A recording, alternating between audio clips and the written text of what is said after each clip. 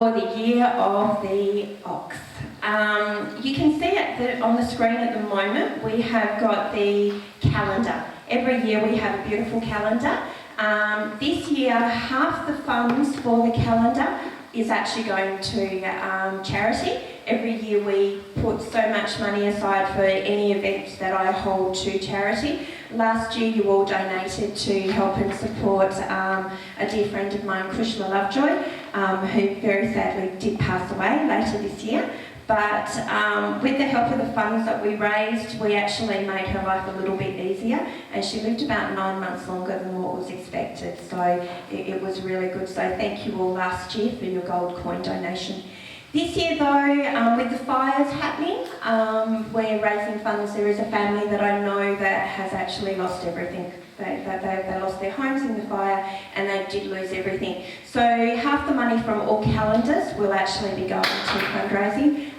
The raffle and the gold coin donation will also be going towards that family. So every little bit helps. And I think if we all just gave $1 or we all just gave a little bit of our time, it makes it so much easier for so many more people.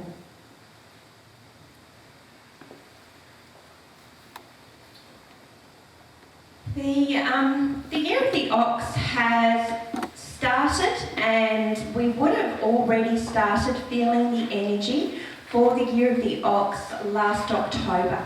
So even though the 4th of February is when Chinese New Year starts, this year Chinese New Year is celebrated on the 12th of January.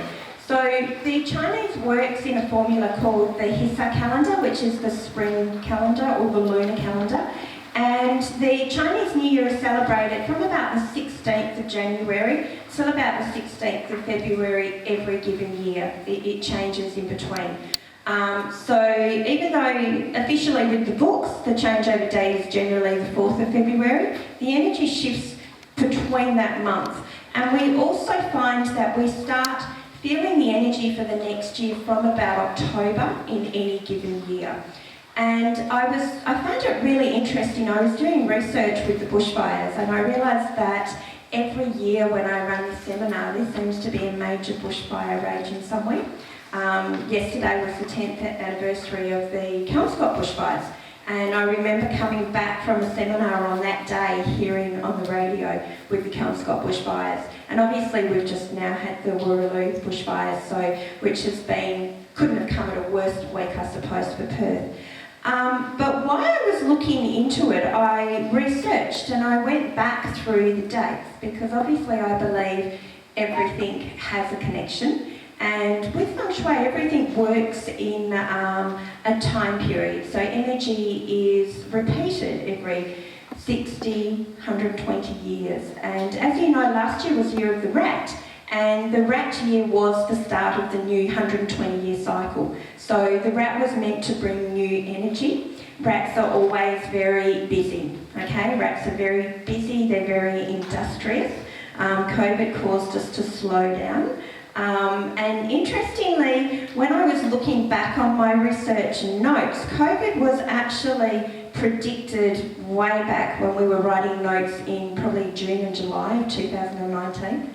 I noticed in notes and research that I did with other masters that it was predicted how the world would play out, how we would play out economically, stock market wise, and how we would play out also illness wise. So it was predicted, we just didn't have a name for it. So we knew it was coming and we knew we would actually be affected, but we didn't have a name for it. And the bushfires are exactly the same. I did the research and I looked at the dates and I actually realised that every time we have had a major bushfire, particularly here in Western Australia, has been on a particular date, and it always falls in an ox month. Okay, so ox month is January, and January the earth is always very hot and harsh. So it's actually run in a cycle, and a particular flying stars and animals have been in place with every bushfire. So it has been a combination of dog, goat and ox, and it's always been in an ox month. And the elements on the day have actually always been out of balance. So I found that really, really interesting. So I'll have to do some prediction to be able to predict when the next major bushfire will hit. And the reason why 10 years ago last time, the one in Kelmscott actually hit, that hit in the southeast pocket. So the Flying Star 9 sat in the southeast pocket at that time.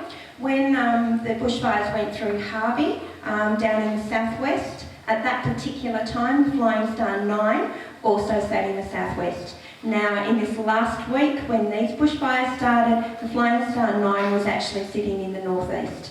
Now, when we talk flying stars, Flying Star 9 is of the fire energy, and it is also energy that is of magnification and multiplication. So whatever element it puts with it, it actually throws things apart, and it extinguishes, and it makes very dangerous situations.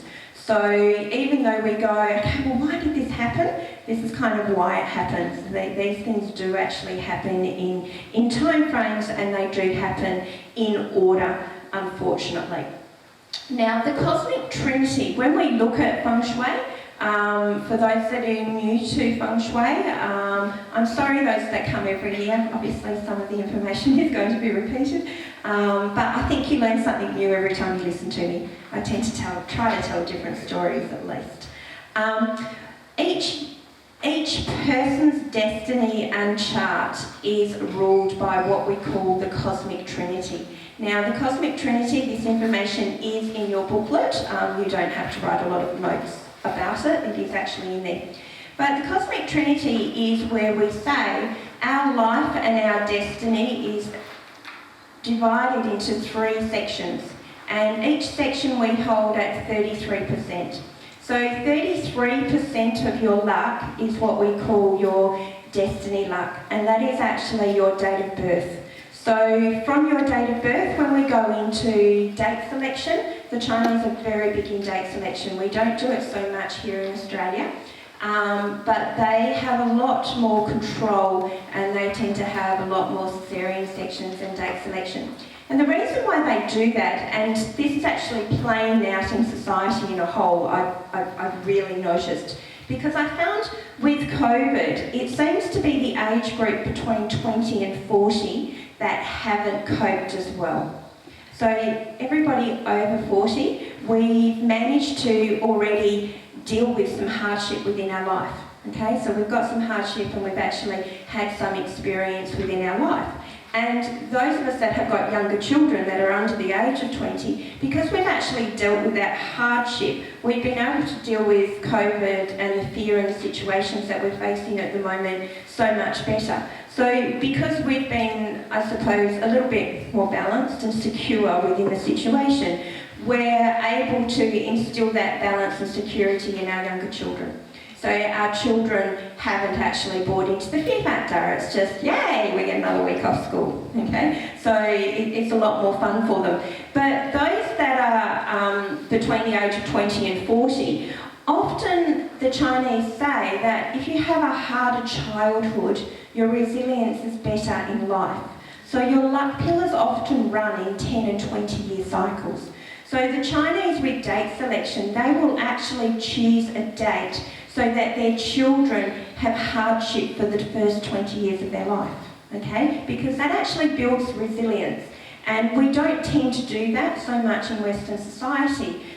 We seem to be mollycoddling and putting a lot of time and attention into our children. So we're not actually building the resilience up. We're giving our children good upbringings and good security and good education and a lot of toys. Like, I'm the worst offender. Like my 24-year-old Shelby, I'm still driving her around because I've empowered her so much and said, yes, of course, I'll do that for you, sweetheart. And so I find the destiny and the luck within our chart actually dictates very much where we're going. And I was having a conversation before the seminar with one of the ladies here, and she was saying, oh my God, it's amazing what you told me, what was in the book a few years ago. It's exactly played out. And I said, yeah, it's really sad that the book and your destiny is often so right. So this is the main knowledge that we take away from this, and this is why we do these seminars every year, because your Chinese astrology chart is 33% of your luck. So if you're aware of your characteristics, your traits, and what is coming up for you, it gives you so much better opportunity to cope with what is moving forward within your life. The next 33% of luck is obviously your environment, which is the home that you live in, the country that you live in, the state that you live in. So your environment has a huge impact, and this is why as we move homes or we move jobs and we're in different buildings, we either thrive or we don't, okay? Because the luck actually changes with the environment that we're in. The remaining 34% of luck in the Cosmic Trinity is what we call free will. And this is classed as Feng Shui, metaphysical studies, and it is the knowledge that you are all gathering today, okay? I can't change the environment that you're living in because that is your destiny to be in that home at the moment. But you can actually manipulate that energy so it makes the most of the year ahead for you. It's the same as you can't change your destiny chart, but you can actually have a very strong understanding of where you're going and the pitfalls that are ahead for you, so that you can go, oh yeah, that's just an energy. You can tend to sidestep it and you can have better understanding of it instead of buying into the emotion that it brings forward to you. Does that make sense to everybody? Is there any questions on that? Great.